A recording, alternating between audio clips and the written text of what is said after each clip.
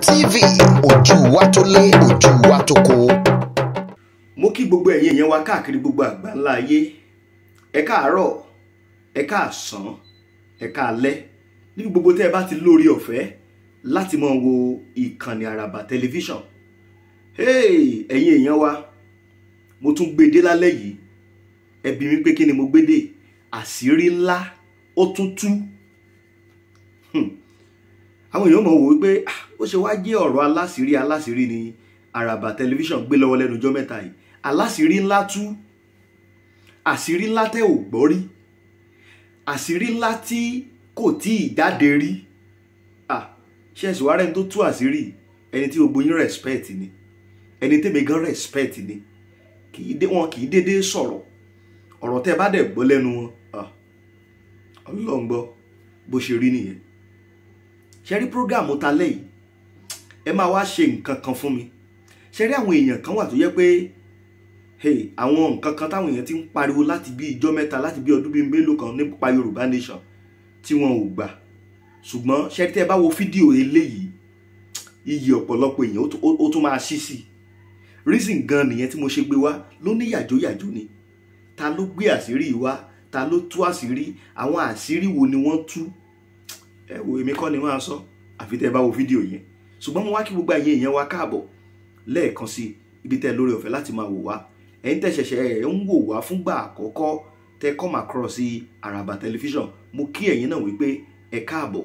Ṣùgbọ́n kẹ́ ẹ lè mọ́ gbádùn wa sí ní gbogbo ìgbà, kẹ́ ẹ lè mọ́ rí àwọn fídíò wa lóòrèkóòrè, subscribe button yẹn ẹ tẹ̀ ẹ́. Tẹ́ bá tẹ subscribe button yẹn tán, agogo kan wà lẹ́gbẹ̀ẹ́ notification button náà ń pè é, ẹ tẹ̀ yẹn náà sí. Ìyẹn ni ó mọ ta yín lólobó nígbàkigbà tá a bá tún ti wà lórí afẹ́fẹ́. Mo ní àṣírí kí ló tú? Àṣírí wo ló tú? Ẹ wo, mi ní dákọ gan, kódà mi ní ṣe introduction. Ṣùgbọ́n tí ọ̀rọ̀ yẹn bá bẹ̀rẹ̀ sí ní jábọ́, understanding nǹkan tí mò ń sọ. Àṣírí ńlá tú. Iyì àwọn èèyàn wa gbọ́dọ̀ sí tán bá wo fídíò yìí tán. Àwọn tí ò tí ì gbàgbọ́ tẹ́lẹ̀ wọ́n gbọ́dọ̀ gbàgbọ́. Ṣùgbọ́n ẹ wá bá ń ṣe nǹkan kan, ẹ jẹ́ ká pín fídíò yìí dáadáa kó rìn. Ẹ bá mi share ẹ̀ sí WhatsApp yín, contact yín, ẹ share ẹ̀ sí Facebook account yín, ẹ share ẹ̀ sí Instagram yín, ẹ share ẹ̀ sí gbogbo bí tẹ́ àwọn èèyàn sáà ti lè lórí ọ̀fẹ́. Ìyẹn gbogbo àwọn ọmọ Yorùbá, gbogbo àwọn platform Yorùbá gbogbo, ẹ share ẹ̀ sí káwọn èèyàn ó wò kí wọ́n lè ní òye nǹkan ibi tá à ń lọ, kán lè ní òye ẹ̀. Ẹ wo, ó yá fídíò náà rèé. Assalamu alaikum warahmatullahi wabarakatuh. A kú dídí àsìkò yìí. Yorùbá Nation tá à ń pariwo láti ìjọ yìí. Ó ní only option fún wa o. Ẹni tí ó bá mọ̀ kọ́ lọ mọ̀ lénìí. Wàláhì mo fi Ọlọ́run búra. Ikú Deborah ó tú ọ̀pọ̀lọpọ̀ àwọn àṣírí fún wa. Ṣùgbọ́n ìwọ̀nba àwọn àṣírí tá a bá lè tú fún wa, á tú fún wa. Ẹni ó bá dẹ̀ ní làákàyè yóò mọ̀ pé tá à ń sọ òdodo ọ̀rọ̀ ni. Ẹni ó bá ní làákàyè. Ọ̀pọ̀lọpọ̀ tí wọ́n rí wa gẹ́gẹ́ bí aláìmọ̀ tí ń ṣe pẹ̀lú bá a ṣe ń pariwo lórí Yorùbá Nation, Yorùbá Nation, Yorùbá Nation. A lè jọ ọmọdé lóòótọ́ o. Ṣùgbọ́n ọmọdé tí Ọlọ́run fún ní òye kọ́ mọ in tó lè ṣẹlẹ̀ lọ́jọ́ iwájú òní wá. A lè jọ ọmọdé lóòótọ́. Ṣùgbọ́n ọ̀pọ̀lọpọ̀ àwọn àgbàlagbà tí wọ́n sọ pé àwọn ọmọ yẹn ọmọ tán ń sọ ní àmọ́ tán ń ṣe ní afẹ́ dógun lẹ̀ ní ìsọ̀rọ̀ ogun lélẹ́yìí. Inú wa wá dùn pé a ti rí ọ̀pọ̀lọpọ̀ àwọn àgbàlagbà tí wọ́n against wa láti ẹjọ́ ìtẹ́lẹ̀. Nígbà tí ọ̀rọ̀ Deborah ṣẹlẹ̀, ọ̀pọ̀lọpọ̀ padà rí ọ̀pọ̀lọpọ̀ àwọn àṣírí. Wọ́n dẹ̀ padà rí àṣírí ọ̀pọ̀lọpọ̀ àwọn àṣírí tó tú sí wọn lọ́wọ́. Ṣùgbọ́n kékeré wá ní àwọn àṣírí tó tú sí àwọn èèyàn lọ́wọ́ o. Gúdúgbẹ àṣírí ó tú sí àwa lọ́wọ́. Tá a sọ díẹ̀ fún wa nínú rẹ̀ lálẹ́ yìí. A sọ díẹ̀ fún wa nínú rẹ̀. Tó àkọ́kọ́ ná nínú àwọn àṣírí tèmi fẹ́ kọ́kọ́ rí fún wa ni pé gbogbo ẹni tó bá gbọ́kànlé tàbí tó ń wò pé Nàìjíríà yóò dá lọ́jọ́ kan, mo fi Ọlọ́run búra, Nàìjíríà ò lè dá o. Ìwọ tó o bá ní lọ́kàn tàbí tó ń wò pé bóyá òun gbàdúrà tàbádùá kan ó gbà lórí Nàìjíríà, mo fi Ọlọ́run búra àdúrà kankan ò lè gbà lórí Nàìjíríà mọ́ Nàìjíríà ò sì lè dá sí mọ́ tó o bá mọ̀ tẹ́lẹ̀ tètè lọ mọ̀ lénìí Nàìjíríà ó máa worst sí ni yóò máa bàjẹ́ sí ni kì í ṣe tèpè kì í ṣe títè pé ó kí ló jẹ́ a máa sọ eléyìí ó ní pé àwọn aṣáájú tí Ọlọ́run ọba yàn fún wa lórílẹ̀‐èdè yìí wọ́n yìí ṣe aláàánú wọ́n yìí sọmọlúàbí wọ́n kì í ṣe ẹni rere níbo làwọn aṣáájú náà ti wá láti bo ni okùn àwọn aṣáájú yẹn ti gùn wá ó gùn wá láti northern part of this country láti north gbogbo àwọn tí wọ́n rúùlù Nàìjíríà láti ẹjọ́ ìwá they are northerners ṣé gbogbo àwọn kódà including our own brother in this Yorùbá land they are northerners gbogbo àwọn tí àwọn gẹ́gẹ́ bí aṣáájú ilẹ̀ Yorùbá they are not working for their tribe they are working for the northerners kò sí ẹni tán bí dáa nínú ẹni tí ó sì aṣáájú lórílẹ̀‐èdè Nàìjíríà kò sí àbí bàbá ńlá kó ẹni náà dáa kó dépò ààrẹ kó má ṣiṣẹ́ fún àwọn northerners àbí ẹni náà dáa gbogbo ló fi já sí pé gbogbo àwọn tí wọ́n ti ń rúùlù orílẹ̀-èdè yìí láti ìjọ ìwá they ruled based on northerners agenda ẹni a bá bí dánú wọn tó bá lọ defy òfin tí àwọn northerners àti agenda àwọn northerners lórí ipò náà yóò jòlàmbá yóò sì kábàámọ̀ ẹ lọ bèè lọ́wọ́ àwọn tó ti ṣe aṣáájú bí wọ́n dá kí wọ́n fẹ́ ṣe nǹkan kan àṣẹ tí wọ́n á tẹ̀lé òun náà ni àṣẹ láti nọ́tà àwọn northern náà máa pàṣẹ fún wọn pé ntọ́ gbọ́dọ̀ ṣeré tí wọ́n bá fi ṣe tó bá jẹ́ Yorùbá ní bẹ́ẹ̀ bẹ́ẹ̀ bí dáa kọ́ mọ̀ ṣe nǹkan ní kó ṣe tó bá jẹ́ Ìgbò ní bẹ́ẹ̀ bẹ́ẹ̀ bí dáa kọ́ mọ̀ ṣe nǹkan ní kó ṣe ṣùgbọ́n táwọn bá ń bẹ́ẹ̀ bẹ́ẹ̀ àwọn ò tó bẹ́ẹ̀ láti decide fún wọn reason yẹn tó jẹ́ pé ìjọba tá a ti ń ṣe láti 1960 ìjọba northerners ni ẹni ọba gbà famariaba ní tí mò ń sọ yìí òdodo ọ̀rọ̀ tí mò ń sọ yìí ẹni ọba gbà ọgbà fúnra rẹ̀ ẹni tí ọba dẹ̀ gbà kó náà lọ ṣe ìwádìí kọ̀sẹ̀ tí wọ́n bí dá nínú ẹ̀yà míì tó máa ṣe ìjọba tó máa lóun fẹ́ ṣe ìjọba ẹ̀yà òun kò tó bẹ́ẹ̀ kọ̀sẹ̀ tán bí dá tó bẹ́ẹ̀ tó máa wá dé orí ipò yẹn o tí ó wà sọ pé I want to fight for my tribe kò tó bẹ́ẹ̀ wọ́n á yọ ní ìfọ́náfọ́nsú tí wọ́n bá dẹ̀ yọ tó bá fẹ́ yọ tó bá rí kó máa lágbára wọ́n á assassinate ẹ̀ wọ́n á terminate life ẹ̀ dànù because they are the one holding the power of this country ẹ má tara yín mọ́ we are not in the seat of power ní agbára kankan Yorùbá has no any power in this country Igbo has no power any other tribe has no power in this country. The only tribe that has power in this country is northerners. They are the one hold this country power. Àwọn ni wọ́n gbé agbára orílẹ̀-èdè dání. Àwọn ni wọ́n control láàárọ̀ lọ́sàn lóru. Tí àwa bá wá dìde tàbí àwọn àgbààgbà tàbí gbogbo àwọn tí orí wọn pé tí wọ́n ní làákàyè tí wọ́n dẹ̀ mọ bí tí nǹkan ń lọ àti bí nǹkan ṣe rí àti bọ́jọ́ ọ̀la ó tún ṣe rí. Ojoojúmọ́ ló ń burú sí fún wa ojoojúmọ́ ní ń burú sí fún àwọn ọmọ wa báwo ṣé bó ṣe wá ń burú sí yìí náà láti máa bá lọ wọ́n ní wọ́n ṣí bọ́dà fún wa ṣé nǹkan sì torí ẹ̀ wálẹ̀ wọ́n ní wọ́n ṣí bọ́dà ẹ mọ ọdún náà ní ti bọ́dà kì í tiẹ̀ ṣe bẹ́ẹ̀ yẹn la ń lọ lénìí kì í ṣe bẹ́ẹ̀ yẹn eléyìí I willingly want to leak some secrets behind the power of this country. Who are the people holding this country power? Ṣé ẹ̀yin yóò bẹ́ẹ̀ ṣe bí agbára kankan bẹ lọ́wọ́ yín ni? À ń pariwo tá a bá ń pariwo Yorùbá nation. We know what we are doing. Àmọ̀ntànṣe.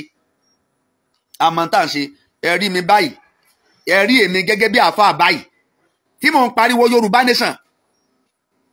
So ṣé bẹ́ẹ̀ ni mo wá useless tó ni kí n máa pariwo Yorùbá nation tí mi ń bá níṣẹ́ tí mo fẹ́ ṣe màá gbé tí àmì màá máa kà tí mi ń bá ní nǹkan mi tí mo fẹ́ ṣe àwọn ọmọ bẹ́ẹ̀ lè kó tí mò ń kọ́ lè kéwú tí mi ń bá ní nǹkan mi tí mo fẹ́ ṣe màá sùn síbẹ̀síbẹ̀ a pa ọ̀pọ̀lọpọ̀ nǹkan tì à ń clamor pé Yorùbá nation Yorùbá nation Yorùbá nation òun ló máa ṣe wá láǹfààní ló máa sọjọ́ ọ̀la wa láǹfààní ló máa ṣe àwọn ọmọ wa láǹfààní síbẹ̀síbẹ̀ àwọn kan sì dúró nídúró pé irọ́ ni kò lè work.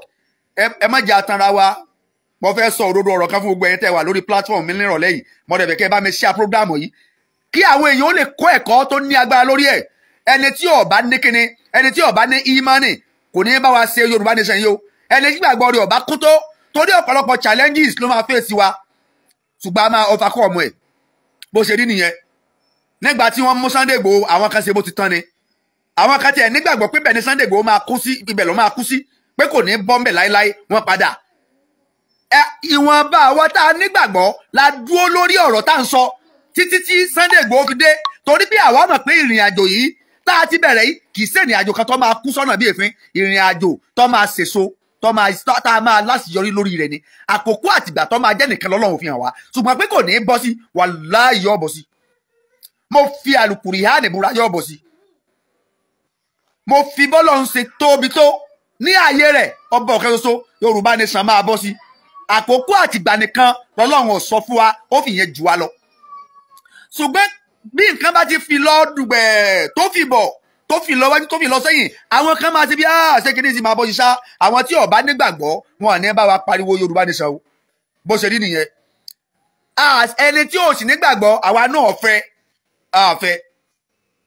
I told you people that these people, these northerner people, they have their own agenda on all the tribes.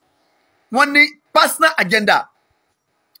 Deborah kú ikú Deborah tó kú ẹ wo bí wọ́n ṣe pa ọmọ yẹn wọ́n pa tán wọ́n wá fẹ́ sásá bẹ́ẹ̀ sìn ìyẹn lọ kì í sọ̀rọ̀ Deborah mo fẹ́ sọ lẹ́yìn mo ti sọ yẹn mo ti kúrò mẹ́ ṣùgbọ́n àwọn àṣírí kan tá a ló tú lábẹ́ ikú Deborah àáfàá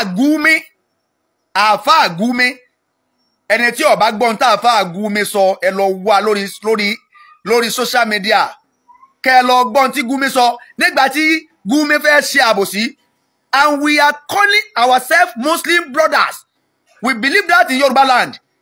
Say for us a belief where all the Muslims, they are our brothers. We believe that in Yoruba land. Say bẹ́ẹ̀ náà ni àwọn other tribes ni wọ́n believe pé we are brothers. Ǹjẹ́ Hausa believe pé we are brothers. Say Fulani believe pé we are brothers. Kò rí bẹ́ẹ̀. Especially Gumi is a scholar. He's a scholar. Gumi is a elite. Elite ni Gumi. Educated person ni Gumi. Nígbà tí Gumi fẹ́ ṣàbòsí àáfàá Gumi, Shehu Gumi ní north. Gumi pè gbogbo àwọn èèyàn rẹ̀ jọ. Ẹ lọ wá fídíò yẹn ó wà lórí Facebook. Gumi ò wá sọ òyìnbó mọ́. Gumi understand English language very well and he can speak it fluently, very well. Ṣùgbọ́n nígbà tí Gumi ṣetán tó máa ṣe àbòsí, Gumi ò sọ òyìnbó tó gbọ́. Òyìnbó ni Gumi máa sọ tó bá fẹ́ address àwọn public, tó bá fẹ́ address government, Gumi can speak English fluently. Tí Gumi tó bá fẹ́ sọ, tó bá fẹ́ yànnà nǹkan lórí social media, Gumi can speak English fluently. Ṣùgbọ́n nígbà tí Gumi fẹ́ ṣe àbòsí tó ń pera rẹ̀, Gumi ti ń pera rẹ̀ ní Muslim brother, tó ń pè wá ní ọmọ ìyá, pé gbogbo mùsùlùmí o ọmọ ìyá ni wá, torí pé innamal mu'minuna ikhwatun. Àlùkùránì gbé wá pé ọmọ ìyá ni wá, ṣùgbọ́n àwa Yorùbá náà dẹ̀ ń tẹ̀lé àlùkùránì. A dẹ̀ dúró lórí pé gbogbo mùsùlùmí tá a bá ti pàdé o ọmọ ìyá wa ni. Ṣùgbọ́n Gumi and northerners, Gumi and his people in northern, ṣé wọ́n believe pé ọmọ ìyá ni wá, ṣé wọ́n gbà pé ọmọ ìyá ni wá. Wọ́n nígbàgbọ́ ìgbàgbọ́ táwa fi ń pè wọ́n lọ́mọ ìyá, àwọn ò ní. Máa tí Gumi ṣe ni lẹ́yìn ikú Deborah. Nígbà tí Gumi fẹ́ sọ̀rọ̀, ó pe gbogbo àwọn northerners jọ, gbogbo àwọn youth, gbogbo àwọn ọ̀dọ́. Torí kí àṣírí ọ̀rọ̀ tí Gumi fẹ́ sọ kó má bàa tú, Gumi ò sọ òyìnbó mọ́. Gumi bẹ̀rẹ̀ sí ní sọ èdè wọn, ìyẹn Hausa language, ká má bàa gbọ́ ohun tí ń sọ, ká má bàa gbọ́ àbòsí tó fẹ́ ṣe. Ọlọ́run ọba sì rèé, Ọlọ́run ò nífẹ̀ẹ́, kò nífẹ̀ẹ́ alábòsí. Ọlọ́run ò nífẹ̀ẹ́ alábòsí.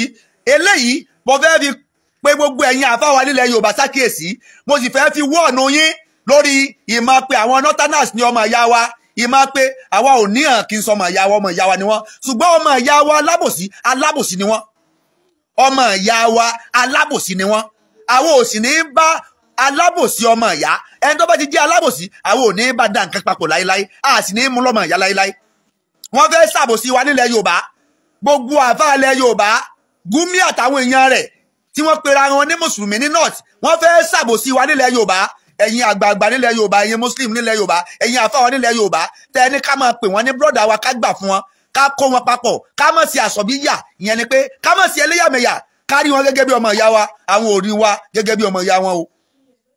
ṣé ẹ ti wo fídíò tí Gumi fi bá àwọn èèyàn rẹ̀ sọ̀rọ̀ recently lẹ́yìn ikú Deborah Gumi ní láti máa sọ fún wọn ìyá Kẹsẹ́ẹ̀tì kò ní bàjẹ́ fún yín ìyá Kẹsẹ́ẹ̀tì àwọn ni wọ́n translate èdè tí Gumi fi sọ̀rọ̀ ìyá yẹn gbọ́ Haúsá dáadáa ìyá Kẹsẹ́ẹ̀tì ẹni ó bá mọ ìyá Kẹsẹ́ẹ̀tì ẹ lọ sọ́ndà page ìyá Kẹsẹ́ẹ̀tì lọ́ndà profile wọn ìyá Kẹsẹ́ẹ̀tì ni wọ́n lọ translate èdè tí Gumi èdè Haúsá tí Gumi fi sọ̀rọ̀ báwọn èèyàn rẹ̀ sọ̀rọ̀ ìyá yẹn wá translate ẹ̀ sí Yorùbá ọ̀dọ̀ ìyá yẹn ló wá send ẹ̀ sí mi pé àfáà ẹgbọ́n tí Gumi tó sọ ní tí Gumi sọ rèé o torí pé àwọn gbé nọ́ọ̀tì dáadáa wọ́n sì gbọ́ Haúsá ìyá yẹn ní nígbà táwọn gbọ́ inú àwọn bàjẹ́ pé kí ló dé àti lóòótọ́ lẹ ní àjẹ́ndà burúkú lórí ilẹ̀ Yorùbá àti lórí ìran yòókù Gumi ń sọ fún àwọn èèyàn rẹ̀ nínú mítìn yẹn Gumi ò sọ òyìnbó mọ́ ṣebí Gumi gbóyìnbó nígbà tí Gumi ṣetán tí ó ṣàbòsí Gumi ò sọ òyìnbó mọ́ Gumi bẹ̀rẹ̀ sí ní sọ èdè wọn kí àṣírí tí ń sọ yẹn kó má bàa leak sí ọ̀dọ̀ àwọn elédè míì ṣùgbọ́n a dúpẹ́ a ní àwọn èèyàn wa náà wọ́n gbọ́ Haúsá Gumi ń sọ fún àwọn èèyàn rẹ̀ pé ń tó ṣẹlẹ̀ sí Deborah àwọn èèyàn wọn àbámọ́ tètè háàtì báyẹn kò yẹ kí wọ́n pa Deborah bọ́n ti pààyàn bá ṣe sùúrù káwọn ò fi gbàgbára táwọn bá wá gbàgbára tán àwọn wá gbogbo ọ̀nà láti kọ́ńkà gbogbo ilẹ̀ Yorùbá àti gbogbo Nàìjíríà torí pé Nàìjíríà àwọn làwọn ní àwọn dẹ̀ máa kọ́ńkà rẹ̀ pé ṣùgbọ́n ó yẹ kí àwọn ọmọ ìyá ohun tí wọ́n jẹ́ Haúsá kán jẹ́ káwọn ò ṣe sùúrù káwọn fa ojú àwọn ẹ̀yà yòókù mọ́ra káwọn lè bá gbàgbára táwọn fẹ́ gbà táwọn bá wá gba ìjọba tán àwọn wá sọ gbogbo ilẹ̀ Yorùbá di èdè àti ẹ̀sìn táwọn bá fẹ́ kán máa sìn. You are a Muslim lóòótọ́ and you are a Muslim brother now I'm a Muslim you Gumi you also a Muslim ṣùgbọ́n lọ́wọ́n ọba ò fẹ́ràn alábòsí gbogbo wa la mọ̀ pé Islam ó ń bẹ lórílẹ̀‐èdè yìí tí ò rújú Christianity ó ń bẹ lórílẹ̀‐èdè yìí tí ò rújú àwọn ẹ̀sìn náà bàbá wa tí wọ́n ń sìn láti jọ gangan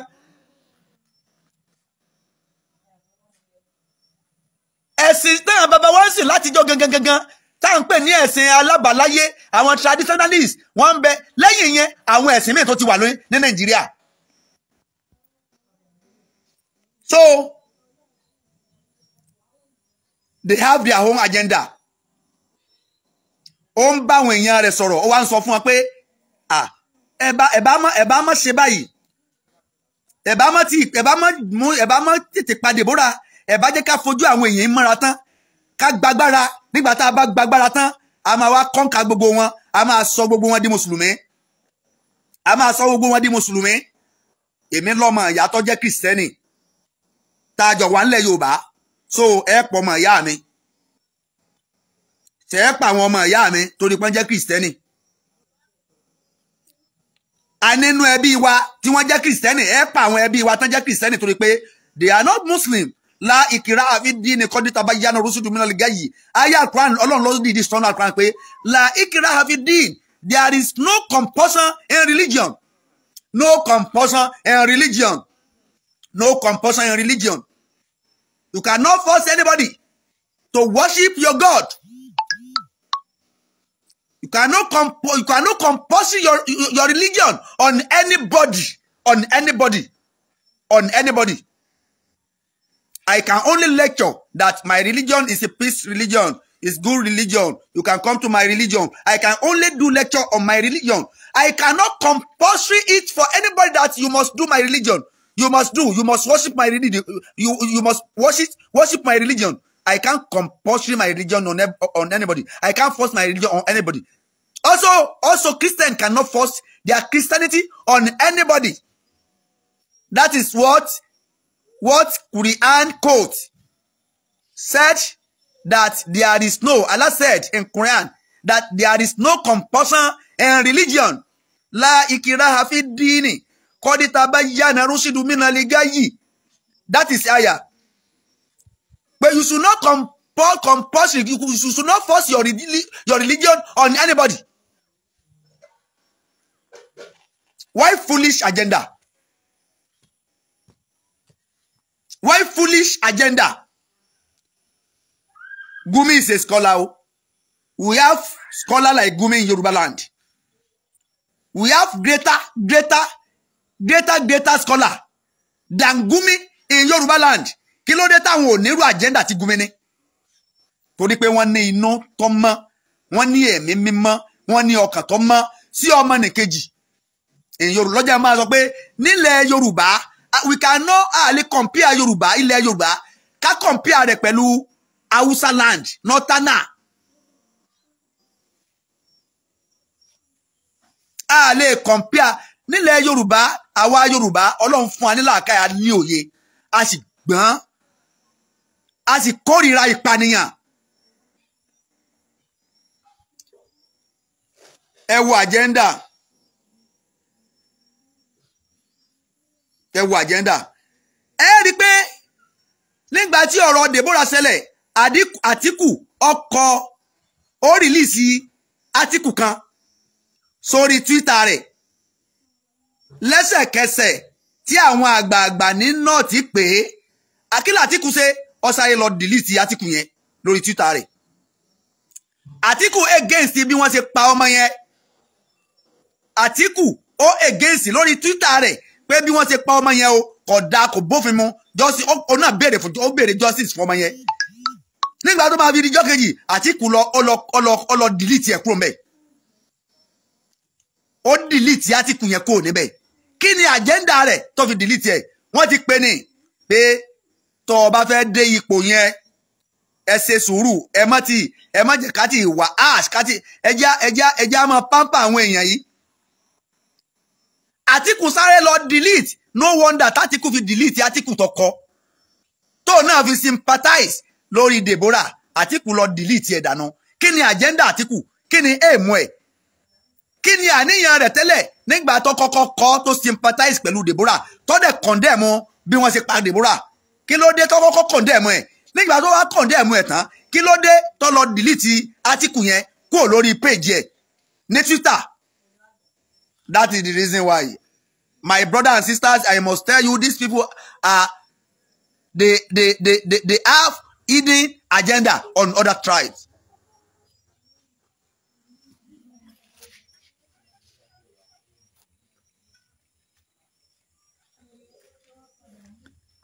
Ẹ wo ìṣẹ̀lẹ̀ kan ṣẹlẹ̀ ní Lekki recently, bóyá bí last week, bóyá bí níjẹ kìí ṣe last week, bóyá jẹta tàbí jẹrin. Graduate, vibrant engineer tó ní ọjọ́ ọ̀la, vibrant engineer tó ní ọjọ́ ọ̀la, just because of 100 naira ní Lekki, wọ́n pa ọmọ ọlọ́mọ dànù. Àwọn wo ni wọ́n pa? Fúlàní Haúsá. Sáwà lè dẹ̀rú rẹ̀ wò ní north. Tó bá jẹ́ pé ọmọ wọn kan la pa nílẹ̀ Yorùbá tí wọ́n gbọ́ north, wọ́n ti máa pa àwọn èèyàn wa ní north. Nígbà tí wọ́n pa ọmọ wa ní Lekki, Yorùbá mélòó lọ àtàkì àwọn Haúsá? Yorùbá mélòó lọ àtàkì Fúlàní? Wọ́n pa Yorùbá, wọ́n gang up just because of 100 naira. Wọ́n jiyàn lórí 100 naira. 100 naira change. Ó wà lórí social media. Wọ́n dẹ̀ fọ́gi mọ́ ọmọ yẹn lórí. Wọ́n fọ́gi mọ́ ní gbogbo ara. Wọ́n dẹ̀ fọ́gi mọ́ lórí tó fi kú. Ṣùgbọ́n kan wá ṣe mí láàánú, ó dùn mí púpọ̀. Àwọn Yorùbá wọ́n wà lágbègbè yẹn, wọ́n dẹ̀ bọ́ lẹ́ran, wọ́n ń wòran. Ọmọ ṣe fún ọmọ Yorùbá o. Àwọn Yorùbá ń kọjá lọ, wọ́n wà ní ọkọ̀, wọ́n kọjá lọ, wọ́n kọjá bọ̀. Wọ́n dẹ̀ ń pa ọmọ ìyá yín wọ́n ń pa ìran yín lẹ́yọ kọ̀ọ̀kan wà lẹ́yìn ọ̀dẹ̀ ń kọjá lọ àwọn tó yẹ kán tún rescue ọmọ yẹn tó yẹ kí wọ́n rescue ọmọ yẹn ní Lẹ́kì àwọn tí wọ́n jẹ́ Yorùbá nínú ọlọ́kadà àwọn tí wọ́n jẹ́ Yorùbá nínú àwọn tí wọ́n wà nínú ọkọ̀ wọ́n dẹ̀ ń kọjá lọ kọ̀ọ̀kan wá yóò kan ìrìn ẹnì kọ̀ọ̀kan lọ́jọ́ kan wọ́n kọjá lẹ́gbẹ̀ẹ́ ọmọ yìí àwọn Haúsá Fúlàní tí wọ́n ń gọ̀kadà lẹ́kọ̀ọ́ ní Lẹ́kì wọ́n gang up torí 100 naira wọ́n pa vibrant intelligent engineer very vibrant intelligent engineer lọ́mọ yẹn engineer Punch ti gbé lẹ́ni bí mo ṣe ń sọ yìí náà ni Punch kọ very intelligent engineer tó ń bọ̀ láti site ń lọlé ọlẹ́bí just because of 100 naira wọ́n dẹ́mi ọmọ yẹn légbodò nílẹ̀ káàárọ̀ òjìrè nílẹ̀ Yorùbá ǹjẹ́ yìí lè ta ẹ lè gbá kan létí nínú wọn ní north ká má sunlé mọ́ yín lórí Yorùbá tó bá dán wò ní north ọkàn tó gbá Fúlàní tàbí gbá Hausa létí wàláhì ọjọ́ náà ló fi lè sasọbora àbí tó bá kẹwù ẹ tó sákò níbẹ̀ lálẹ́ ẹjọ́ náà ló ní fi lè sasọbora kódà àwọn tó jẹ́ ẹ̀yà rẹ àwọn tó ẹjọ́ jẹ́ elédè kan náà tí wọn àmọ́gbá tó lọ gbá ẹ̀yà tó lọ gbá Fúlàní tàbí Hausa létí ní north wàláhì wọn bọ̀ jẹ́bi ìyá yẹn ṣé Deborah ló bú ànábì ni lẹ́yìn ìgbà tí wọ́n sọkọ fún tí wọ́n pa Deborah tán tí wọ́n pa Deborah pẹ̀lú jungle justice lẹ́yìn tí Islam ọ̀faramọ́ kí ló kan àwọn tí wọ́n tún lọ sunlé mọ́ wọn lórí wọ́n lọ ń jó church wọ́n tún lọ ń sunlé wọ́n tún pa àwọn tí ọmọwọ́ mẹsẹ̀ kí làwọn yẹn tún ṣe fún. ṣé Islam náà ló tún sọ pé táwọn yẹn náà bú ànábì àwọn tí ó tún lọ kámọ́ church àwọn tí wọ́n lọ sun church wọn àwọn tí wọ́n ń dá lọ́nà àwọn tí wọ́n lọ kámọ́lé. ṣé àwọn náà bú ànábì tó wá jẹ́ pé Deborah bú ànábì ni wọ́n ṣe pa lọ́nà tán pa yẹn nígbà tí wọ́n pa tán kí ló dé ṣe torí pé àwọn èèyàn sọ pé bọ́n ṣe pa ọ̀dà látó wá lọ káwọn yẹn mọ́lé látó lọ ń pa àwọn yẹn wọ́n kó property wọn wọ́n so property wọn níná ṣé Islam náà ló kọ́ wọn níyẹn àní lajú wárí sílẹ̀ káwọn kan kọ́ máa hùwà tí ó máa tako sí aṣọ àlà Islam torí pé àwa là ń ṣe Islam a sì ní jẹ́ káwọn èèyàn ó rí wa gẹ́gẹ́ bí jàǹdùkú tá a bá wá ń béèrè Yorùbá nation mò ń sọ eléyìí fún gbogbo ẹ̀yin àgbààgbà àti gbogbo àwọn tí wọ́n against Yorùbá nation láti ẹjọ́ yìí tí wọ́n against Yorùbá nation láti ẹjọ́ yìí sí àwọn tẹ́ ẹ fẹ́ bá tó kò ní lẹ́yìn tẹ́ ń béèrè wọ́n Nàìjíríà àwọn tá a láàánú wọn tí wọ́n láàánú wa lójú sáwọn tẹ́ ní ká bá tó pọ̀ dé ẹ̀yin àgbààgbà ilẹ̀ Yorùbá pè yín ẹ̀yin lọ́balọ́ba ẹ̀yin ládéládé ẹ̀yin lóyèlóyè ṣé àwọn tí ẹ fẹ́ kó wa sí abẹ́ wọn rèé sáwọn tẹ́ ẹ fẹ́ kó wa sí lábẹ́ rèé ṣùgbọ́n mo ń sọ fún gbogbo ẹ̀yin lọ́balọ́ba lénìí tí wàhálà náà bá dé tán wàláì tógun bá dé mọ ibi táwọn kọ ibi àwọn táwọn kọ máa ń mú lẹ́rú wọn á kọ́kọ́ sọ àwọn olówó ìlú àwọn ọlọ́lá ìlú àwọn ni first target ọba ìlú àwọn ni wọn á kọ́kọ́ sọ dẹrú nígbà tí wọ́n bá kọ́kọ́ capture àwọn yẹn ìgbà yẹn ló tó kan ọmọlẹ́yìn o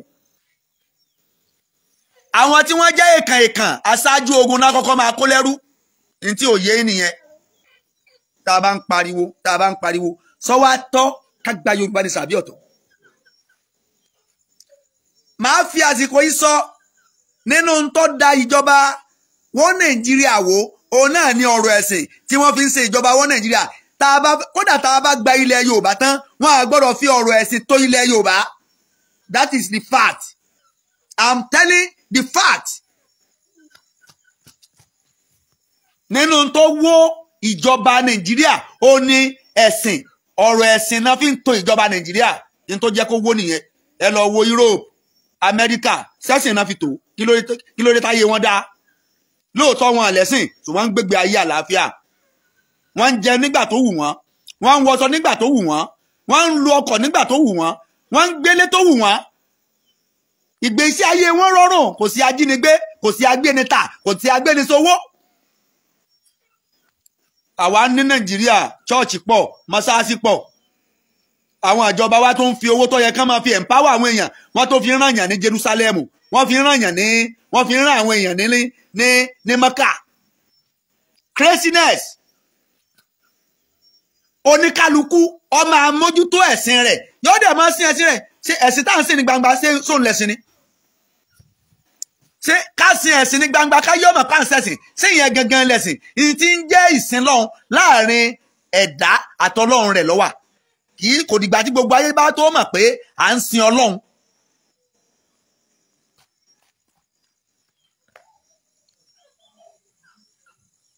Kò dìgbà tá a bá tó jẹ́ kíkà kò dìgbà tá a bá tó ń fi microphone pariwo pé ọlọ́wọ́ káyọ́ tó mọ̀ pé à ń sin lọ́hùn. Ẹ̀sìn tí wọ́n ti bọ ìṣèjọba Nàìjíríà náà fi bà Nàìjíríà jẹ́. Ṣé ẹ rí pé ọ̀rọ̀ ẹ̀sìn yẹn náà ni Gumi ń sọ? Ṣé ẹ rí pé ọ̀rọ̀ ẹ̀sìn yẹn náà ni Gumi ń sọ? Ní ìsìn Gumi táwọn bá gbàjọba àwọn máa ṣe kíni kán jẹ́ káwọn gbàjọba táwọn bá gbàjọba tán. So àwọn ò lè capture gbogbo àwọn táwọn bá fẹ́ capture, àwọn ò lè sọ gbogbo wọn di mùsùlùmí. Ṣé òun ló máa sọ wọn di mùsùlùmí ní àbọ́lọ́hun? Ìbéèrè nìyẹn. Torí àwọn mùsùlùmí kan lè wà lórí platform tí wọ́n á ṣe bóyá mò ń against káwọn èèyàn di mùsùlùmí. Ẹni ó bá máa di mùsùlùmí is not by force. Gbogbo àwọn tó ń gba Islam látara ànábì kì í ṣe idà náà fi gba Islam, kì í ṣe torí idà, ìwà, ẹwà àti sùúrù àṣìṣe sí ànábì náà fi gba Islam.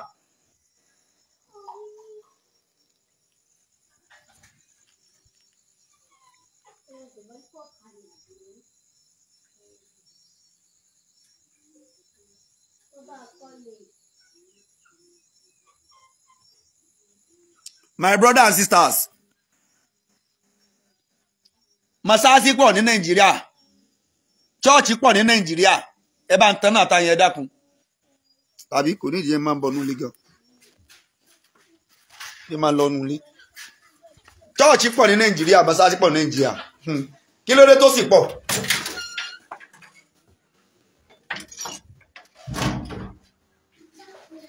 Chọ́ọ̀chì pọ̀ ní Nàìjíríà, mọ́sáàsì pọ̀ ní Nàìjíríà. Kí ló dé tí ò sí pọ̀? Sọ yẹ kó sì ó pọ̀. Sáà bẹ́ lọ́n tó ni, sáà sin lọ́n tó ni, à ń sin lọ́n, ṣùgbọ́n tó yẹ ká mójútó wọn àmójútó. Àwọn ìjọba ẹ̀sìn wọ́n ti jẹ́ kí ẹ̀sìn wọ náà jọba. Gbogbo ìjọba tí ẹ̀sìn bá ti wọ̀, tó bá ti wọ inú rẹ̀, wọn à lè ṣàṣeyọrí. Òdodo ọ̀rọ̀ ni mo ń sọ. Gbogbo ìjọba tí wọ́n bá ti ń ṣe, tí wọ́n bá ti fi ọ̀rọ̀ ẹ̀sìn sí, tí wọ́n bá ti ń fi ẹ̀sìn rúùlù, wọn à ní ṣe àṣeyọrí. Torí pé orílẹ̀-èdè Nàìjíríà tá a wà yìí, ẹ̀sìn tí ń bẹ lórílẹ̀-èdè Nàìjíríà kì í ṣe ẹ̀sìn kan. Ẹ dákun.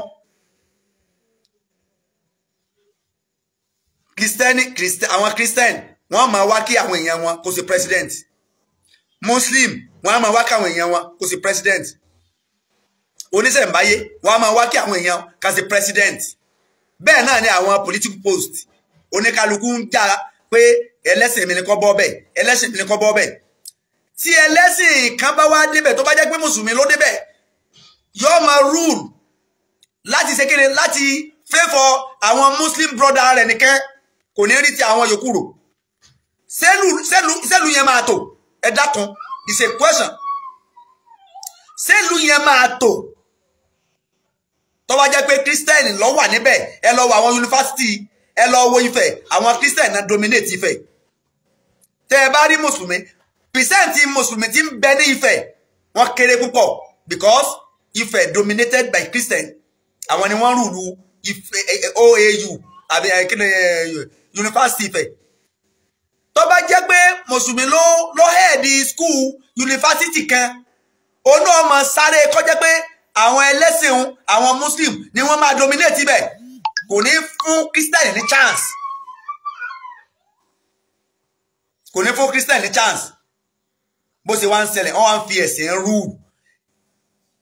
Ibi tí ó bá ti jẹ́ pé oríṣiríṣi ẹ̀sìn ní bẹ́ẹ̀ tí wọ́n bá ti ń fi ẹ̀sìn rule, tí wọ́n bá ti ń fi ẹ̀sìn rule, ìlú yẹn kò lè ṣe kí ni o, wàhálà ó máa ṣẹlẹ̀ ni o, kò ní sí ìdàgbàsókè o.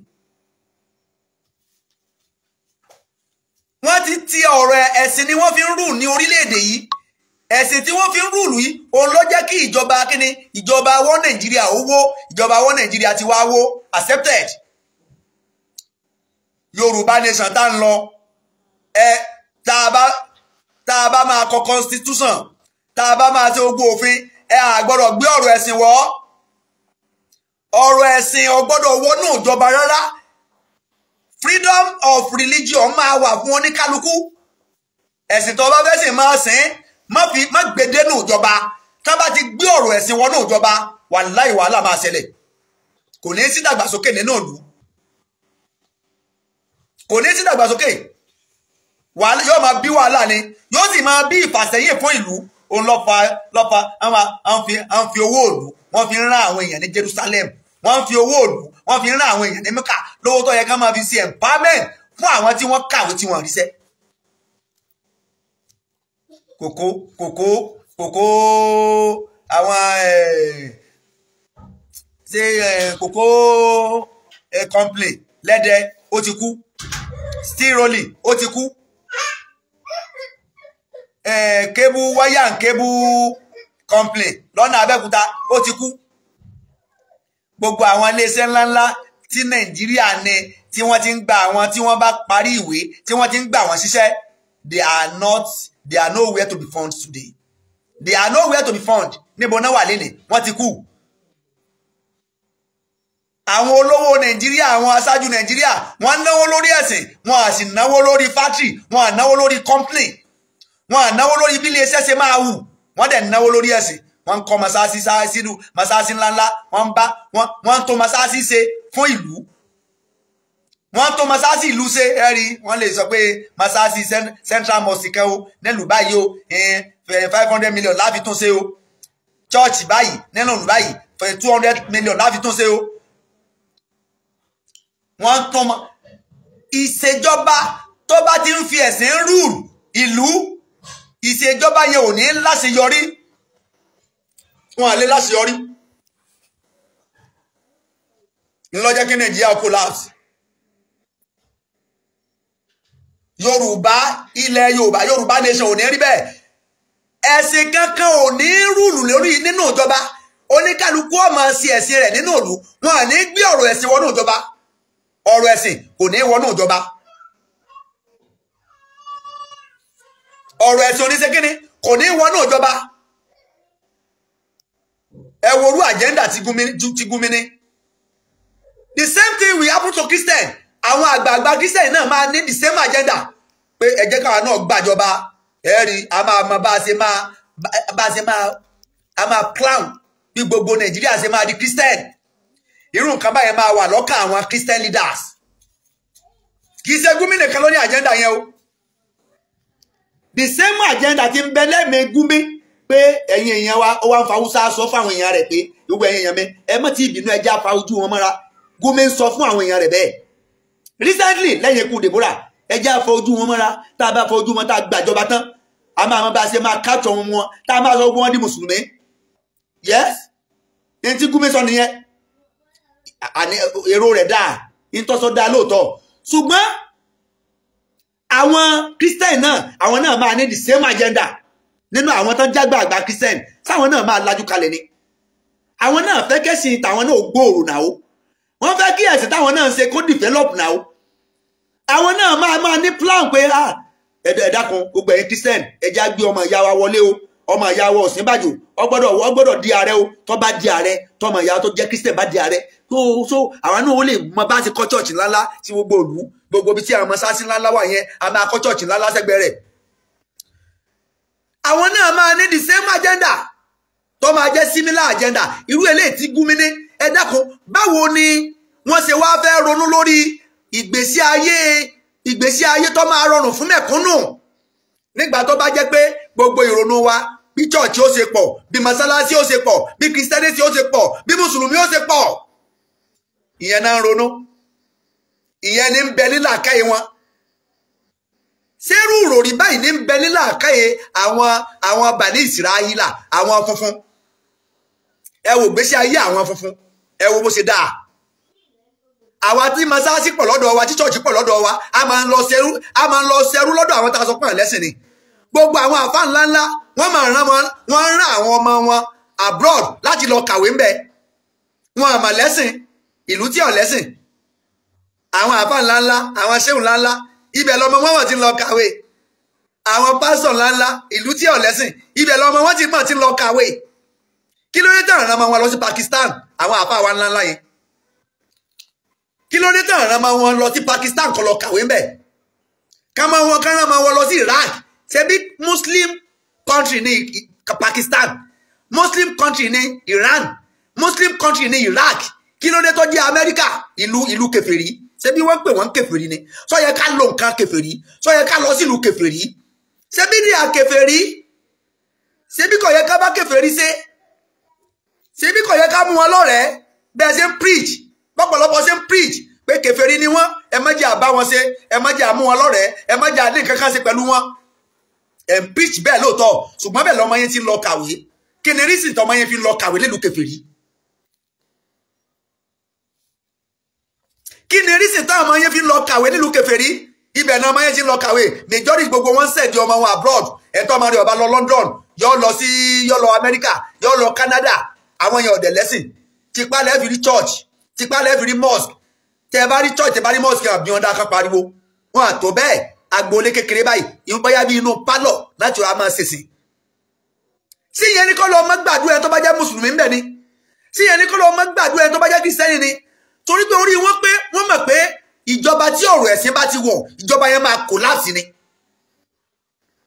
ìjọba tí ọ̀rọ̀ ẹ̀sìn bá ti wọ̀ ọ máa collapse ni rísì nìyẹn wọn à jẹ́ kí ọ̀rọ̀ ẹ̀sìn kó wọnú ìjọba àwọn Nàìjíríà fi ọ̀rọ̀ ẹ̀sìn wọ́n fààyè gbà nínú ìjọba orílẹ̀-èdè Nàìjíríà lọ́jọ́ tó collapse gbogbo ẹ̀yin tẹ́ gbé ọ̀rọ̀ Yorùbá lọ́wọ́ ọ̀dọ̀wọ́ yín àgbàlẹ̀ Yorùbá ó sì orílẹ̀-èdè Nàìjíríà orílẹ̀-èdè Yorùbá tá a fẹ́ gbà òfin proper constitution kódà ẹni ọba ti ń sọ ọ̀rọ̀ ẹ̀sìn lẹ́nu iṣẹ́ kí wọ́n máa sáàkì ẹ̀ ẹni ọba tó bá jẹ́ pé mùsùlùmí ló débi iṣẹ́ tí wọ́n ń preach lẹ́nu iṣẹ́ you are preaching on duty ọ̀ọ́máṣẹ́ rẹ níṣẹ́ ẹ fún oníwèé gbélé rẹ máa lọ lé yín tó bá jẹ́ pé kìrìsìtẹ́nì ló dẹnu iṣẹ́ rẹ̀ instead tó yẹ kó mójútó ṣẹ́ kó supervise àwọn tó yẹ kó supervise ó wá ń preach gba Jésù gbọ́ gbọ́lọ́ngbọ́ ẹ fún ẹ sáàkì ẹ fún oníwèé kó máa lọ lé rẹ̀ lọ́ máa go and preach your house your home ọ̀rọ̀ iṣẹ́ yàtọ̀ ọ̀rọ̀ bá ṣe tòlú yàtọ̀ bá ṣe ṣèlú yàtọ̀ ẹni àwọn kan wà ní lọ sọ́ra wọn ni pé àwa la ní yunifásitì àwọn kírísítẹ́nì nìkan la gbọ́dọ̀ gbà ẹ̀dá kan tó débi pé tí àwọn iléeṣẹ́ kan bẹ ní lórílẹ̀‐èdè yìí tó jẹ́ pé ìwọ tó bá ti jẹ́ ẹlẹ́sìn wọn ò lè rí sẹ́ńbẹ̀ láéláé àwọn iléeṣẹ́ kan bẹ lórílẹ̀‐èdè yìí tó jẹ́ pé àwọn muslim ni wọ́n dominate rẹ̀ tó bá ti jẹ́ mùsùlùmí tó bá kọ application ìjọba ló ní o iléeṣẹ́ ìjọba ní o gbogbo wa la láǹfààní ń bẹ o gbogbo wa ló yẹ kájọ jẹ ìgbádùn iléeṣẹ́ yẹn o ṣùgbọ́n àwọn ẹlẹ́sìn kan ti superhead rẹ̀ wọ́n ti dominate ẹ̀ tó bá ti jẹ́ mùsùlùmí ò ní rí sẹ́ńbẹ̀ sọ yẹ kó rí bẹ́ẹ̀ sọ yẹ kó rí bẹ́ẹ̀ àwọn iléeṣẹ́ kan sì ń bẹ lóde yẹ pé dominated by Christian people wọ́n múná lọ I will continue my lecture ẹ̀ǹgbó mi wọ́n múná lọ ni àwọn iléeṣẹ́ kan bẹ lórílẹ̀‐èdè yìí tó yẹ pé àwọn Christian ni wọ́n dominate ẹ̀ tó o bá kọ application lọ síbẹ̀ tó o bá ti jẹ́ Christian wàláhì wọn ní mú ọ kò sí bó ṣe lè mọ̀wé tó kò sí bó ṣe lè gùrù tó kódà kọjá pé wọ́n lọ máa solve problem wọn níbi iléeṣẹ́ yẹn wọn ní mú ọ o kò sí bí application rẹ kó supersede application àwọn tí wọ́n ti kọ́kọ́ submit application wọn ní mú ẹ sọ yẹ kó rí bẹ́ẹ̀ àwa ń fi ọ̀rọ̀ ẹ̀sìn àfi wá ń ṣe ìjọba lórílẹ̀‐èdè tọ́jà pé ẹ̀sìn tí ń bẹ níbẹ̀ kì í ṣe ẹ̀sìn kan àìṣe ẹlẹ́sìn kan náà o orílẹ̀‐èdè tó bá jẹ́ pé ẹ̀sìn kan ni wọ́n ń ṣe níbẹ̀ nírú tí wọ́n ń dánwò yìí rọ́rọ́rùn tó bá jẹ́ pé Saudi ni tó bá jẹ́ Christian tó because ẹ̀sìn kan ní bẹ ní Saudi Islamic country ní Saudi Islamic country ní Pakistan Islamic country ní Iraq kí ló dé tí àwọn àfáà wa tí wọ́n rán máa ń lọ sí Amẹ́ríkà lọ kàwé tí wọ́n rán máa wọn lọ sí Iraq lọ kàwé kí ló dé tí ọ̀pọ̀lọpọ̀ àfáà tí wọ́n jẹ́ alábòsí àwọn àfáà kan bẹ lórílẹ̀-èdè tí wọ́n pera wọn ní alùsùnà tí wọ́n ya alábòsí ẹbí wọn léèrè ibo lọmọ wọn ti ń kàwé ọ̀pọ̀lọpọ̀ wọn ìtọ́ máa rí ọ̀kàwé ní London ọmọ rẹ̀ ń kàwé ní Amẹ́ríkà ìtọ́ máa rí ọ̀kàwé l'Amẹ́ríkà ọmọ rẹ̀ ń kàwé ní Canada ìtọ́ máa rí ọ̀kàwé ní Canada ó ń kàwé ní Italy ẹ dákun ṣé Islamic country níbẹ̀ yẹn ẹ̀dẹ̀ ń sọ fún wa nílẹ̀ Yorùbá pé àwọn country yẹn o ẹ̀ ń sọ fún wa nílẹ̀ Yorùbá pé ẹ̀ ń pe àwọn àfáà wa lẹ́lẹ́bọ àwọn àgbààgbà ńlẹ̀ Yorùbá lẹ́lẹ́bọ ẹ̀yin náà sì lọ lu ẹlẹ́bọ àwọn ọmọ yẹn sì lọ kàwé lu ẹlẹ́bọ bàálù tẹ́ ń wọ̀ lọ́bẹ̀ àwọn ẹlẹ́bọ ni wọ́n ṣe é fóònù tẹ́ ń lò tẹ́ fi ń ṣe fídíò àwọn ẹlẹ́bọ ni wọ́n ṣe fóònù tá a bá ń lọ sí Saudi tá a bá ń lọ Mẹ́kà pléènì la máa gùn lọ ta ló ṣe pléènì tá ń gùn lọ pléènì tá ń gùn àwọn olóṣè ṣé kì í sí àwọn tí alọ́rìn lẹ́sìn náà ṣe ni kí ló dé tá ń lo nǹkan wọn ṣé bí kò yẹ ká bá wọn ṣe àbí ẹni tá a bá sàmù lọ́tà kò yẹ ká lo nǹkan rẹ̀ ẹni tá a bá mú lọ́tà kò yẹ ká lo nǹkan ẹni tá a bá mú lọ́tà àti rí wọn gẹ́gẹ́ bí ọ̀tá àbí kí ló dé tá a wá ń lo nǹkan wọn kò yẹ ká gun pléènì tí wọ́n ṣe kò yẹ ká lò fóònù tí wọ́n ṣe kò yẹ ká lò kò yẹ ká lò kò sì yẹ ká rán ọmọ wa nílùú wọn kán lọ kàwé ńbẹ̀ torí pé ìlú kèfèrí ni ìlú mùsùlùmí sá ń bẹ yàtọ̀ sí Amẹ́ríkà Iran ń bẹ ibẹ̀ ló yẹ kọ́ ọmọ yóò ti lọ kàwé Iraq ń bẹ ibẹ̀ ló yẹ kọ́ ọmọ yóò ti lọ kàwé Pakistan ń bẹ ibẹ̀ ló yẹ kọ́ ọmọ yóò ti lọ kàwé ẹ wá ń tàn wá ẹ ń tàn wá ẹ sì tàn wá ara yín lẹ̀ ń tàn gbogbo ẹ̀yin tẹ́ ń bẹ lágbàáyé Yorùbá nation must come to stay a gbọ́dọ̀ gba ilẹ̀ Yorùbá Yorùbá gbọ́dọ̀ dúró Yorùbá gbọ́dọ̀ dúró inú mi dùn ikú Deborah tú ọ̀pọ̀lọpọ̀ àwọn àṣírí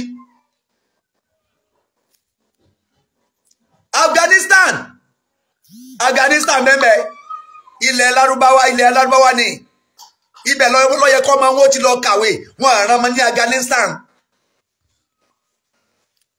kí ló dé táwa dá ọ̀tá sílẹ̀ ẹ jẹ́ kí let us Christian practicing Christianity let us Muslim practicing Islam leave the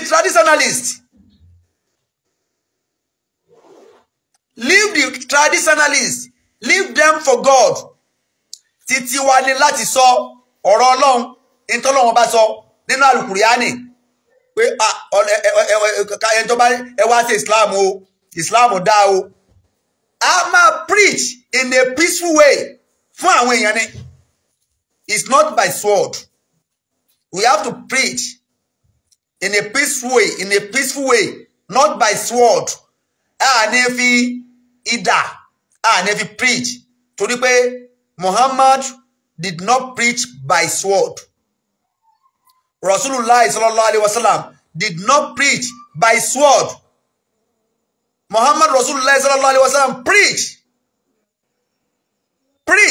by his behavior preach by his behavior Ànábì ó fi wà ó fi preach kìí ṣe dà gbogbo ẹ̀yin àgbàlagbà mo dúpẹ́ fún bàbá mi àgbà nì alágbára omi bàbá mi àgbà alágbára omi wọ́n sọ òdodo ọ̀rọ̀ mo wo program wọn inú mi dùn pé àwọn àgbà dáadáa tí wọ́n mọ òdodo tí wọ́n sì sọ òdodo ọ̀rọ̀ nílẹ̀ Yorùbá àgbà dáadáa ni bàbá mi àgbà alágbára omi bàbá mi àgbà akéwùgbà góòdì àgbà dáadáa ni wọ́n mọ òdodo ọ̀rọ̀ àwọn náà ń sọ òdodo ọ̀rọ̀ ní gbogbo ìgbà kò ní bàjẹ́ fún yín kò ní bàjẹ́ fún yín gbogbo òfin ìpànìyàn tí àwọn kan sọ pé àwọn àfáà kan sọ nínú ẹ̀sìn àwọn Saudi gan ti òfin yẹn wọ́n láwọn ò lò mọ́ gbogbo tí àtàwọn àgbàlagbà kan kọ táwọn àgbà àfáà kan kọ tí wọ́n ń lò ní Saudi tẹ́lẹ̀ tí wọ́n mọ̀ pé àwọn tí àyẹn ó ń dá ọ̀pọ̀lọpọ̀ wàhálà sílẹ̀ látara pé ẹ̀ṣẹ̀ kékeré báyìí àwọn àfáà yẹn ni ẹ̀pá lórí ẹ̀ṣẹ̀ kékeré gbogbo àwọn tí àyẹn Saudi làwọn ò lò mọ́ Saudi gbogbo tí àtàwọn kan kọ nínú ẹ̀sìn tó lè dá wàhálà lẹ̀ Saudi gan ti wọ́gilé pé wọn gbọ́dọ̀ practice ẹ̀ ní Saudi. nínú àwọn tí àti Saudi lòun ò nílò òní tí àti àfa Ibnu Tẹ́mí akọ òní tí àtàwọn wàbí akọ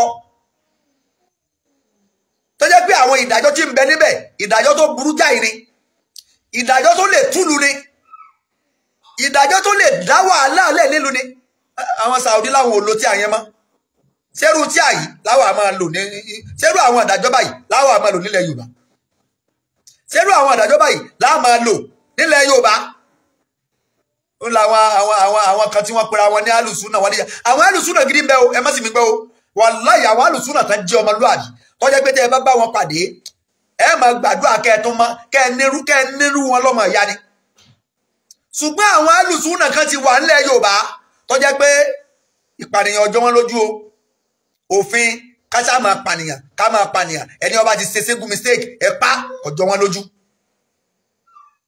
irú àwọn inú àwọn tíà àwọn ìwé tírú òfin yìí wà wọ́n ti ṣe kíni àwọn ìjọba Saudi láwọn ò gbọ́dọ̀ rí nílùú àwọn mọ́ àwọn kan wá fẹ́ kó wálẹ̀ Yorùbá wọ́n fẹ́ máa lórú òfin nílẹ̀ Yorùbá àwọn ò ní gbà fún wọn o à ní gbà fún wọn so torí ìdí eléyìí kò síná máa hẹ́ndì prógrámù mi báyìí máa sókọ́ báyìí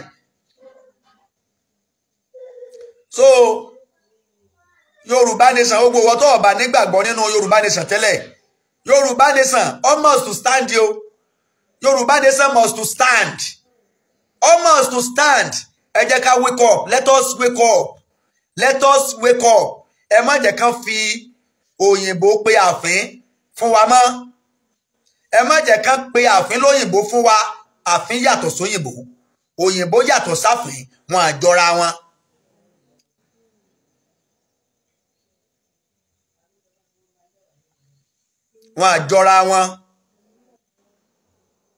wọn àjọra wọn so àwọn òyìnbó ọ̀lọ́ church náà táyé wọn fi ń dá òyìnbó ọ̀lọ́ mosque náà ayé wọn sì ń dá kí ló dé táwọn jẹ́ pé ọ̀pọ̀n pé àwa wa à ń sin lọ́hùn à ń takú sọ́lọ̀ lọ́rùn à ń sun mọ́sálásí àwọn kan sun church kí ló dé táyé wọ ọ̀bẹ́tà kí ló dé táyé wọ ọ̀bẹ́tà ẹ dákun it's a question ọ̀pọ̀ ẹ̀ẹ́dẹ́gbà ní Nàìjíríà àwọn èèyàn wọ́n lọ takú tọ́lọ́ lọ́rùn ní mosque ẹlòmíì inú mosque ní sùn torí pé ọfẹ́ kí gbèsè ayé wọn dáa ẹ dákun sọ́lọ́ ló máa sọ̀kalẹ̀ wà bá tó gbèsè ayé rẹ̀ sí gbogbo àwọn irinṣẹ́ tí gbèsè ayé rẹ̀ lè fi dáa Ọlọ́run ti sọ̀kalẹ̀ ó ti wà ní Nàìjíríà ó wà nílẹ̀ Yorùbá àwọn la máa manipulate ẹ chọ́ọ̀chì tó ń lọ sùn yẹn kọ́ ló máa kọ́ ni rẹ́mẹ́dì fún gbèsè ayé rẹ̀ mọ́sáàsì tó lọ ń sùn yẹn ẹlòmíì mọ́sáàsì ní ń sùn sí ó ti bẹ́lọ́n ó ti wá rí Ọlọ́run gẹ́gẹ́ bí ẹni tí kì í gbàdúrà èèyàn whereas Ọlọ́run kọ́ ni ìka o àwọn aṣáájú yín nìka o gbogbo tẹ́ ẹ fi máa jẹ́yàn láyé Ọlọ́run ti dá sílẹ̀ Yorùbá o ó ti dá fún wa o àwọn aṣáájú wa ni wọ́n ń lò fúnra wọn o èèyàn kan wọ́n tírèsì 80 billion naira 80 billion naira sínú àkáǹtì èèyàn kan sí ẹni bọ́lọ̀ ń kọ́ nìkà gbogbo tó yẹ kó jẹ́ oore fún gbogbo wa ló wà nínú àkáǹtì èèyàn kan yẹn kì wá so nìkan wọ́n pọ̀ bẹ́ẹ̀ tó jẹ́ pé gbogbo tó jẹ́ oore tó lọ ń dá sílẹ̀ yìí àwọn nìkan ni wọ́n ń kó sápò ara wọn sọ́lọ̀ wa nìkà àbáwọn aṣáájú wa nìkà ká lọ sùn church sleeping in the church is not the solution sleeping in the mosque because you want to become somebody in life you are sleeping in the church you want to become somebody in life you are sleeping in the church in the mosque it's not the solution I must tell you the fact it's not the solution fight for your rights can only be the solution for you if you fight for your rights your life will change if you fight for your rights You will live a better life. But if you ignore your life to be ruined by this rubbish leader, by these useless leaders, wallahi, ọdọjọ́ alẹ́ kí alábùrẹ́là kó tó mọ̀ pé iṣẹ́ ni. Church mélòó ní ń bẹ ní Europe? Mosque mélòó ní ń bẹ ní Europe? Why they are living a better life?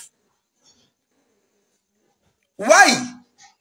They are living a better life.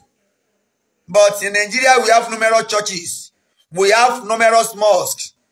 Still, our life is not better.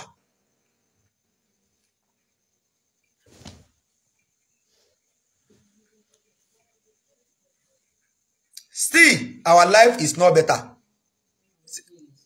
You are using this. Go and you say, ọ̀rọ̀ ẹnu mi náà ń gbọ́. Wọ́n dey enjoy me because I will tell them the truth. Wọ́n wà online, wọ́n á lọ. Torí pé àwọn èèyàn fẹ́ gbọ́ òdodo. Àwa náà ó sì sọ òdodo. Torí pé ìbẹ̀rù òdodo tí àwọn èèyàn ń bẹ̀rù ló jẹ́ kí ìgbésí ayé wa ó rí bó ṣe rí lénìí. Ló jẹ́ kó orílẹ̀-èdè ó rí bó ṣe rí lénìí. Àwọn sọ ọjọ́ kan àní símọ́. Ìyẹn ti sọ lénìí. Àwọn ọmọ wa ó ba ọmọ wa ó ba lórí social media.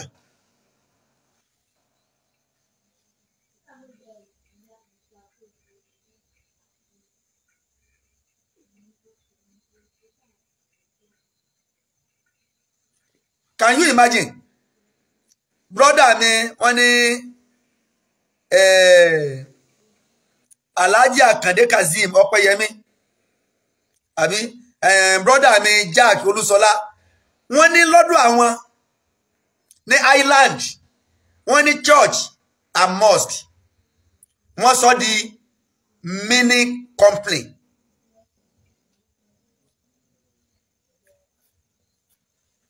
Church and mosque here in Galway, Ireland, has been converted to a mini company. Kí láǹfààní church tó pọ̀ torí ń ta àwọn èèyàn? Kí láǹfààní mosque tó pọ̀ torí ń ta àwọn èèyàn? Àwọn èèyàn wá ń fi owó wọ́n fowó kọ́ church, wọ́n fowó kọ́ mosque. Wọ́n á kọ́ company. Wọ́n á kọ́ company mà. Wọ́n á kọ́ factory mà. Àwọn èèyàn wá dẹ̀ tí ń lọ tí wọ́n lọ ń sùn ní church, wọ́n ń sùn ní mosque. Síbẹ̀síbẹ̀ ayé wọn ta sí ni. Ayé wọn máa ta sí ni. Torí pé solution kọ́ nìyẹn. Solution kọ́ nìyẹn. Best solution òun náà ni pé kíni ká kọ́kọ́ sí kíni kí wọ́n kọ́ company ló yẹ kó pọ̀ ju mosque lọ. Ó yẹ kí company pọ̀ ju church lọ, kó pọ̀ ju mosque lọ. Ẹ wá wò léni masáàsì pọ̀ ju company lọ, church pọ̀ ju company lọ. Still, are we living a better life? Síbẹ̀síbẹ̀ sáà ń gbé gbèsè ayé tó dáa. Gbèsè ayé wọ better nǹkan worst sí ni. Ọlọ́mọdé ká yẹ wọ tátán. Nǹkan worst sí ni now. So,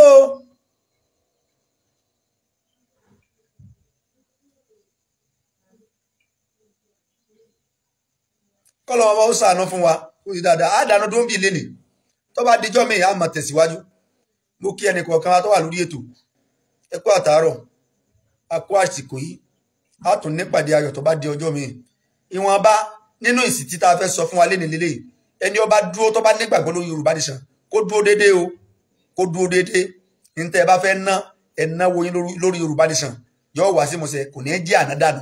Gbogbo tó lọ́n bá fún yín láti lè fi ran iṣẹ́ Yorùbá Nation dání, láti lè fi ran iṣẹ́ Yorùbá Nation lọ́wọ́ ẹ ṣé o.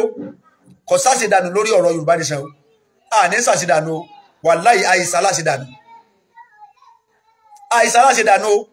Gbogbo tó lọ́n bá fẹ́ nìkọ̀ọ̀kan wa láti lè ṣe lórí ọ̀rọ̀ Yorùbá Nation. Ṣé ilẹ̀ Yorùbá yóò dádúró ó máa dádúró ṣùgbọ́n ẹni tó bá nígbàgbọ́ nìkan ló máa mọ̀ pé tá à ń sọ yìí òdodo ni. Ẹni tí ó bá nígbàgbọ́ yóò máa sọ pé irọ́ ni kò ní rí bẹ́ẹ̀ kò ní rí bẹ́ẹ̀ wà wá rí pé Ọlọ́run ní pa ọ́. Mi ń bẹ lọ́n kọ́lọ́ ìwọ tó ń sọ pé kò lè bọ́ sí mi ń bẹ lọ́n kọ́ pa ọ́ kọ́lọ́ ń jẹ́ kẹ́mi rí ogun ká lè gbà lójú rẹ̀. A máa gbà ó a máa gbà ó pẹ̀lú ògo Ọlọ́run a gbà yóò sì bọ́ sí pẹ̀lú ògo Ọlọ́run.